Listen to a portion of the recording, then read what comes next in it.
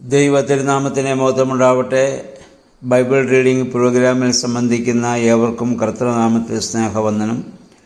ഉൽപ്പത്തി പുസ്തകം 14-ാം അധ്യായം നമ്മളിന്ന് വായിച്ച് ധ്യാനിക്കുന്നു. 14-ാം അധ്യായത്തിൽ പ്രധാനമായി 3 കാര്യങ്ങളാണുള്ളത്. ഒന്ന്, ഭൂമിയിൽ രേഖപ്പെടുത്തുന്ന ആദ്യത്തെ യുദ്ധം. 2, യേശുക്രിസ്തുവിൻ്റെ നിഴലായി പഴയ നിയമത്തിൽ പ്രത്യക്ഷപ്പെടുന്ന ആദ്യത്തെ പുരോഹിതനായ മൽക്കീസദേക്കിൻ്റെ പ്രത്യക്ഷപ്പെടൽ. 3, അബ്രാമിൻ്റെ സഹോദരപുത്രനായ ലോത്തിനെ ശത്രുക്കളുടെ കയ്യിൽ നിന്ന് അബ്രാഹാം രക്ഷിക്കുന്നു. ഇവിടെ നമ്മൾ വായിക്കുന്നത് ലോത്തിനെ ശത്രുക്കൾ പിടിച്ചുകൊണ്ടുപോകുന്നു. പോകുന്നതായ സമയത്ത് അബ്രാം ഈ വിവരം അറിഞ്ഞുകൊണ്ട് തൻ്റെ ഭവനത്തിൽ ജനിച്ചു വളർന്ന് താൻ സംരക്ഷിച്ച 318 പടയാളികളുമായി ചെന്ന് ലോത്തിനെ പിടിച്ചുകൊണ്ടുപോയ വിജാതീയ രാജാക്കന്മാരോട് യുദ്ധം ചെയ്ത് ലോത്തിനെ തിരിച്ചുകൊണ്ടുവരികയാണ്. 318 എന്ന പദത്തിന് പ്രാധാന്യമുണ്ട്. പുതിയ നിയമ സഭയിൽ 4-ാം നൂറ്റാണ്ടിൽ വേദപുരീതം സഭയിൽ ശക്തമായ സമയത്ത് നിക്കിയ സുന്നഹദോസ് വിളിച്ചു കൂട്ടിയപ്പോൾ അതിൽ പങ്കെടുത്തത് 318 പിതാക്കന്മാരായിരുന്നു എന്ന് സഭാചരിത്രം നമ്മളെ പഠിപ്പിക്കുന്നു. പഴയ നിയമത്തിൽ അബ്രാഹാം, ദൈവത്താൽ വിളിക്കപ്പെട്ട ആദ്യ മനുഷ്യനായ അബ്രാഹാം 318 പേരുമായി ചെന്നാണ് ലോത്തിനെ രക്ഷിച്ചതെങ്കിൽ പുതിയ നിയമത്തിൽ അതിനുശേഷം ആദിമസഭയിൽ 318 പിതാക്കന്മാരാണ് സഭയിലെ സത്യവിശ്വാസത്തിൽ സഭയെ ഉറപ്പിച്ചു നിർത്തുവാൻ തക്കവണ്ണം പ്രവർത്തിച്ചിരുന്ന കാര്യം അത് നമ്മൾ പ്രത്യേകമായി ശ്രദ്ധിക്കേണ്ടതാണ്.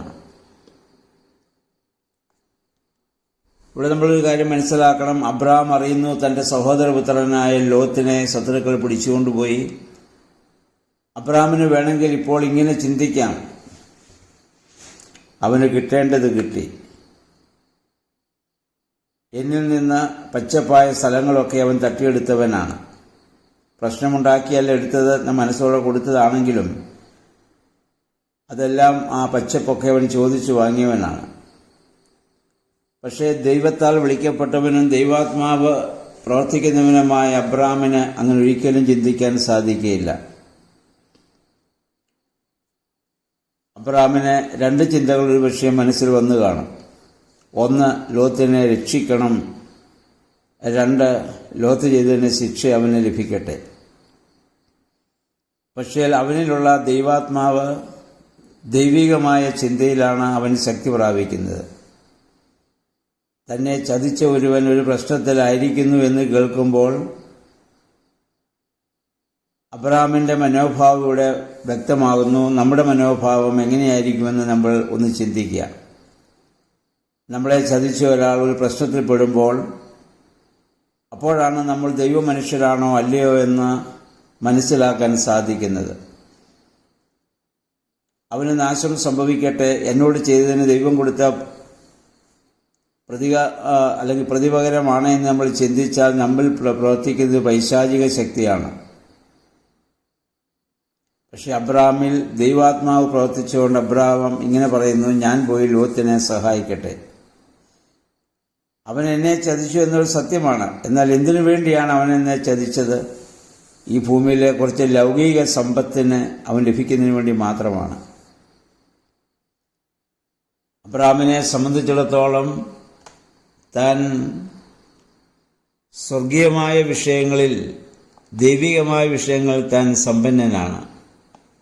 ലൂക്കോസിന് സുവിശേഷം 14 നമ്മുടെ കർത്താവ് പറയുന്നുണ്ടല്ലോ, ദൈവവിഷയമായി സമ്പന്നരാകാൻ ആഹ്വാനം ചെയ്യുന്നു. കാരണം ദൈവവിഷയമായി സമ്പന്നരാകുമ്പോൾ മാത്രമേ ദൈവരാജ്യത്തിൽ നമുക്ക് മഹത്വമുള്ളൂ. ഈ ഭൂമി ഏതാനും നാളത്തേക്കും അത് നൈമിഷികവുമാണ്. അബ്രാഹാമിനെ സംബന്ധിച്ചോളം ദൈവവിഷയമായി അവൻ സമ്പന്നനായതുകൊണ്ടാണ് ഇപ്രകാരം ചിന്തിക്കുവാൻ സാധിക്കുന്നത്. നമ്മുടെ കർത്താവും കാൽവരിയുടെ മുകളിൽ കിടന്നുകൊണ്ട് തന്നെ ക്രൂശിച്ചവർക്ക് വേണ്ടി പ്രാർത്ഥിച്ചതും ദൈവവിഷയമായി സമ്പന്നനായതുകൊണ്ടാണല്ലോ. ഭൂമിയിലെ സമ്പത്തിൻ്റെ പുറകെ പോയി ഇപ്പോൾ പ്രശ്നങ്ങളിലായിരിക്കുന്ന ലോത്തിനോട് അബ്രാമിന് വാസ്തവത്തിൽ സഹതാപമാണ്. ഞാനിപ്പോൾ അവനെ സഹായിക്കട്ടെ. പിന്നെ അബ്രാം ചെന്ന് യുദ്ധം ചെയ്ത് ലോത്തിനെ രക്ഷിക്കുന്നതായി നമ്മൾ വായിക്കുന്നുണ്ട്. അതാണ് ഒരു ദൈവമനുഷ്യൻ്റെ മനോഭാവം. അങ്ങനെയുള്ളവർക്ക് മാത്രമേ യെരുശലേമിൻ്റെ പണിയിൽ പങ്കാളികളാകുവാൻ സാധിക്കുകയുള്ളൂ. അവരൊരിക്കലും ബാബേലിൻ്റെ ആൾക്കാരല്ല. ഇവിടെ എന്താണ് സംഭവിക്കുന്നത്? അബ്രാഹാം യുദ്ധം ചെയ്ത് ലോത്തിനെ സംരക്ഷിച്ചുകൊണ്ട് വരുമ്പോൾ അബ്രാഹാമിനെ ഇവിടെ സ്വീകരിക്കുന്നത് ഇവിടുത്തെ തൻ്റെ നാട്ടിലെ ജനസമൂഹങ്ങളൊന്നുമല്ല.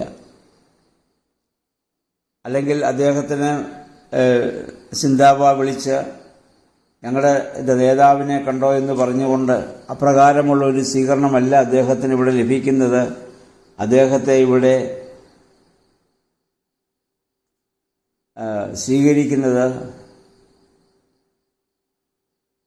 പഴയ നിയമത്തിൽ പ്രത്യക്ഷപ്പെടുന്ന ആദ്യ പുരോഹിതനായ മൽക്കീസദേക്ക് എന്ന ദൈവത്തിൻ്റെ മഹാപുരോഹിതനാണ്. ഈ മൽക്കീസദേക്ക് ആദ്യമായി വിശുദ്ധ ബൈബിളിൽ പ്രത്യക്ഷപ്പെടുന്ന ഭാഗം ഇതാണ്. ഇദ്ദേഹത്തെക്കുറിച്ച് ഇനി പറയുന്നത് സങ്കീർത്തനം 110:4 എബ്രായ ലേഖനം 7-ാം അധ്യായത്തിലും ഈ മൽക്കീസദേക്കിനെ കുറിച്ച് സൂചനയുണ്ട്. ഈ മൽക്കീസദേക്കിന് വംശാവലിയില്ല, അതിവിടെ പറഞ്ഞിട്ടില്ല.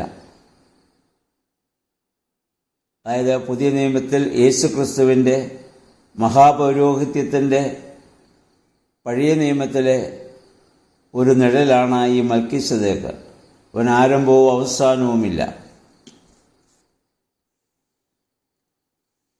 അപ്പോൾ മൽക്കീസദേക്ക് വന്ന് അബ്രാമിനെ ഇവിടെ അനുഗ്രഹിക്കുന്നതായി നമ്മൾ കാണുന്നു. അപ്പവീഞ്ഞുകൾ വെച്ചാണ് അദ്ദേഹം അബ്രാമിനെ ഇവിടെ അനുഗ്രഹിക്കുന്നത്.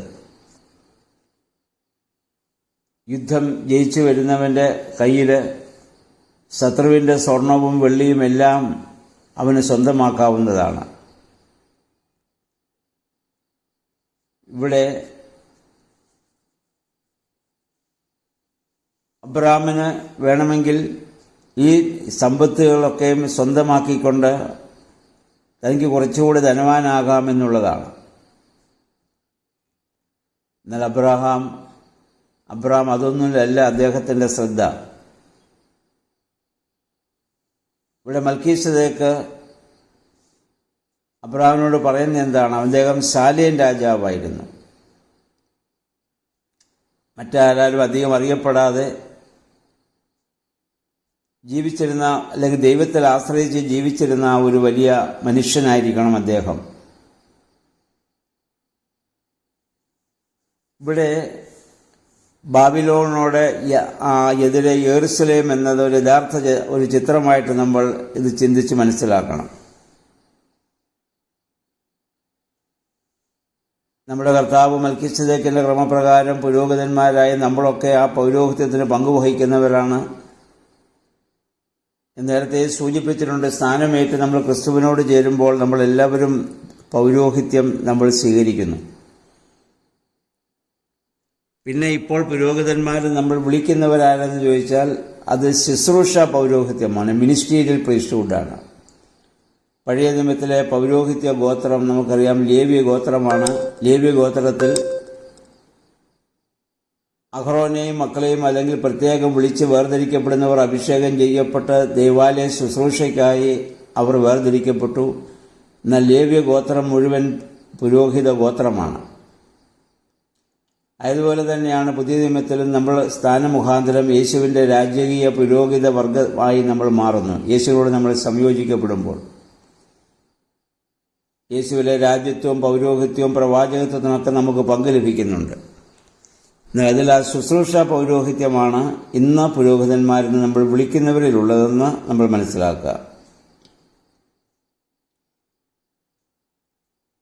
ഇനി മൽക്കീസദേക്ക് ഇവിടെ എന്താണ് ചെയ്തത്? അദ്ദേഹം ആദ്യം അബ്രാമിനും ഈ 312 പിതാക്കന്മാർക്കും അദ്ദേഹം ഭക്ഷണം കൊടുക്കുക ചെയ്തത്. യുദ്ധം ചെയ്ത് ക്ഷീണിച്ച് തളർന്നു വരുന്നതായ മനുഷ്യർക്ക് ആദ്യം കൊടുക്കേണ്ടത് ഭക്ഷണമാണ്. അല്ലാതെ അവർക്ക് നൽകേണ്ടതൊരു പ്രസംഗമല്ല. വിശക്കുന്ന മനുഷ്യന് ഭക്ഷണം കൊടുക്കുന്നത് അതാണ് ആദ്യത്തെ ആധ്യാത്മികമായ പ്രവർത്തനമെന്ന് പറയുന്നത്. ആ മനുഷ്യന് ഇന്ന് ഈ അബ്രാഹാമിനും ഈ 318 പടയാളികൾക്കും വേണ്ടി ചെയ്യാവുന്ന ആദ്യത്തെ പുണ്യപ്രവൃത്തി അതുതന്നെയാണ്. പഴയ നിയമത്തിൽ 1 രാജാക്കന്മാർ 19-ാം അധ്യായം നമ്മൾ പഠിക്കുമ്പോൾ ഏലിയാവ് ക്ഷീണിച്ചിരിക്കുമ്പോൾ സ്വർഗത്തിൽ നിന്ന് ദൂതൻ വന്ന് 2 തവണ അദ്ദേഹത്തിന് ഭക്ഷണം നൽകുന്നതായി നമ്മൾ വായിക്കുന്നുണ്ട്. നമ്മുടെ കർത്താവും പുതിയ നിയമത്തിൽ തന്നെ ഉപേക്ഷിച്ചു പോയ ശിഷ്യന്മാരെ അന്വേഷിച്ച് ചെന്ന് വലവീശി ക്ഷീണിച്ചു വരുന്ന ശിഷ്യന്മാർക്ക് വേണ്ടി ഭക്ഷണം കരുതി വയ്ക്കുന്നതായി യോഹന്നാന്റെ സുവിശേഷം 21-ാം അധ്യായത്തിൽ നമ്മൾ വായിക്കുന്നുണ്ട്. അപ്പോൾ ആവശ്യത്തിലിരിക്കുന്നവർക്ക് ഭക്ഷണവും മറ്റ് ആവശ്യ വസ്തുക്കളും നൽകുന്നതാണ് യഥാർത്ഥമായ ആധ്യാത്മികരുടെ ആദ്യത്തെ സ്റ്റെപ്പ്. അതാണ് മൽക്കീസദേക്കിന്റെ ആ പൗരോഹിത്യത്തിന്റെ ആ ശ്രേഷ്ഠയും അതാണ്. പിന്നീട് മൽക്കീസദേക്ക് അബ്രാമിനെ ഇവിടെ അനുഗ്രഹിച്ചതായി നമ്മൾ പറയുന്നു. അദ്ദേഹം പറഞ്ഞതാണ്, സ്വർഗത്തിനും ഭൂമിക്കും നാഥനായ അത്യുന്നതനായ ദൈവത്താൽ അബ്രാം അനുഗ്രഹിക്കപ്പെടുമാറാകട്ടെ. സ്വർഗത്തിനും ഭൂമിക്കും ഉടയവൻ ദൈവമാണെന്നും അതുകൊണ്ട് ഈ യുദ്ധത്തിൽ നേടിയ അല്പമോ സ്വർണമോ വെള്ളിയോ നിന്നെ അതിനുള്ള ആഗ്രഹം നിനക്കുണ്ടാകരുതെന്നും അദ്ദേഹം പരോക്ഷമായി അബ്രാഹാമിനെ ഓർമ്മിപ്പിക്കുന്നതായി നമുക്ക് ഈ വേദഭാഗം കാണാവുന്നതാണ്. എന്ന് പറഞ്ഞ അബ്രാമിനെ ദ്രവ്യാഗ്രഹത്തിൽ നിന്ന് രക്ഷിക്കുവാനുള്ള ഒരു ശ്രമം മാത്രമല്ല, യുദ്ധം ചെയ്ത് തന്റെ സഹോദരനെ കൊണ്ട് മടങ്ങി വരുന്ന അബ്രാമിന്റെ മനസ്സിൽ ഇപ്പോൾ ഒരു നിഗളമുണ്ടാകാൻ സാധ്യതയുണ്ട്. അദ്ദേഹം പറയുന്നു, അതുകൊണ്ട് മൽക്കീസദേക്ക് പറയുന്നു, നിന്റെ ശത്രുക്കളെ നിന്റെ കയ്യിൽ ഏൽപ്പിച്ച അത്യുന്നതനായി ദൈവം സ്തുതിക്കപ്പെടുമാറാകട്ടെ എന്ന് പറഞ്ഞാൽ ദൈവമാണ് ഈ വിജയം നൽകിയതെന്ന് അബ്രാമിനെ ഓർമ്മിപ്പിക്കുകയാണ്. അപ്പോൾ പിന്നെ അബ്രാമിന് ഒരിക്കലും നിഗളിക്കുവാൻ സാധിക്കുകയില്ല. നമ്മൾ നേടുന്നതായ പല വിജയങ്ങളിലും നമുക്ക് അഹന്തയുണ്ടാകാൻ കാരണം ദൈവം കൂടെ ഇരുന്നതുകൊണ്ടാണ് ഇത് സാധിച്ചതെന്നുള്ള ബോധ്യം നമുക്കില്ലാത്തത് കൊണ്ടാണ്. നാം നമ്മിൽ തന്നെ ആശ്രയിക്കുന്നത് കൊണ്ടാണ്. എന്നാൽ ഇത്രയും വലിയ ഒരു യുദ്ധം ജയിച്ച് മടങ്ങി വരുന്നവനായ അബ്രാമിനെ ഈ മൽക്കീസദേക്ക് അനുഗ്രഹിക്കുമ്പോൾ അവനിലെ ഞാനെന്ന ഭാവം, അഹന്ത ഇല്ലാതെയാവും. അപ്പോൾ 3 കാര്യങ്ങളിൽ നിന്ന് അബ്രാമിനെ ഇവിടെ മൽക്കീസദേക്ക് സംരക്ഷിക്കുന്നു. 1, വിശക്കുന്നവന് ഭക്ഷണം ആവശ്യമാണ്. സ്വർണവും വെള്ളിയും കയ്യിൽ ലഭിച്ചാൽ ഇത് ദ്രവ്യാഗ്രഹമുണ്ടാവുക സ്വാഭാവികമാണ്. 3, ഞാനെന്ന ഭാവം, ഞാൻ യുദ്ധം ജയിച്ചു എന്ന അഹന്ത ഉണ്ടാകാൻ സാധ്യതയുണ്ട്. ഇതിന് 3നെയും അതിജീവിക്കാനുള്ള അനുഗ്രഹമാണ് മൽക്കീസദേക്ക് ഇവിടെ അബ്രാമിന് നൽകുന്നത്. ഇത് നമ്മളും ഓരോ ദിവസവും ഈ ഭൂമിയിൽ ജീവിക്കുമ്പോൾ നമുക്കുണ്ടാവേണ്ടതായ മനോഭാവം ദൈവാത്മാവ് നമ്മൾ പ്രവർത്തിക്കുന്നുവെങ്കിൽ ഇപ്രകാരമുള്ളൊരു മനോഭാവത്തിലേക്ക് നമുക്ക് വരാൻ സാധിക്കും. ഇല്ലെങ്കിൽ ഞാനെന്ന ഭാവത്തോടെ, അഹന്തയോടെ മാത്രമേ നമുക്ക് ജീവിക്കുവാൻ സാധിക്കുകയുള്ളൂ. അതുകൊണ്ട് അബ്രഹാം എന്ത് ചെയ്തു? ഈ അനുഗ്രഹം ഏറ്റുവാങ്ങിയ അബ്രഹാം താൻ യുദ്ധം ചെയ്ത് കൊണ്ടുവന്നതിലൊക്കെ ദശാംശം മൽക്കീസദേക്കിന് ഇവിടെ നൽകുകയാണ്. വിശുദ്ധ ബൈബിളിൽ ആദ്യമായി ദശാംശം നൽകുന്ന വ്യക്തിയായി നമ്മൾ കാണുന്നത് അബ്രാമിനെയാണ്.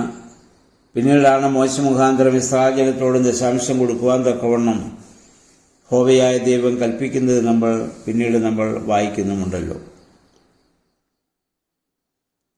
ഇവിടെ അബ്രാമിൻ്റെ ആ ജീവിതത്തിൽ ദൈവം ഇടപെട്ടതുപോലെ നമ്മുടെ ആ ജീവിതത്തിലും ദൈവാത്മാവ് ഇടപെട്ട് പ്രവർത്തിക്കണമെങ്കിൽ, പിശാചിനെ ആകുന്ന ശത്രുവിനോട് നമുക്ക് ജയിക്കാൻ സാധിക്കണമെങ്കിൽ അബ്രാമിനെ പോലെ നമുക്ക് ചിന്തിക്കുവാൻ സാധിക്കണം. നമ്മളെ എതിർത്തവർ, നമുക്ക് ശത്രുക്കളായിരുന്നവർ, നമ്മെ വേദനിപ്പിച്ചവരൊക്കെ പ്രശ്നങ്ങളിലാകുമ്പോൾ അവരെ സംരക്ഷിക്കുവാനുള്ള പ്രാർത്ഥനയും പ്രവർത്തനവും നമ്മിൽ നിന്നുണ്ടാകുമ്പോഴാണ് ദൈവാത്മാവിനാൽ നമ്മൾ നയിക്കപ്പെടുന്നുവെന്ന് നമുക്ക് പറയുവാൻ സാധിക്കുകയുള്ളൂ. അതുകൊണ്ട് അബ്രാമിൽ ഇപ്പോൾ ദൈവത്തിൻ്റെ ആ വലിയ ആത്മാവ് പ്രവർത്തിക്കുന്നതിനാൽ അദ്ദേഹം ഒരു വലിയ മനുഷ്യനായി പുതിയ നിയമത്തിൽ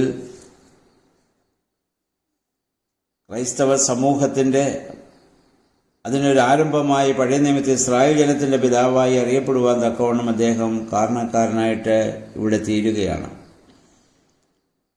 അതിനുശേഷം ഈ അവിടുത്തെ രാജാവ് അബ്രാമിനോട് പറയുന്നുണ്ട്, നീ യുദ്ധം ചെയ്ത് കൊണ്ടുവന്നതിൽ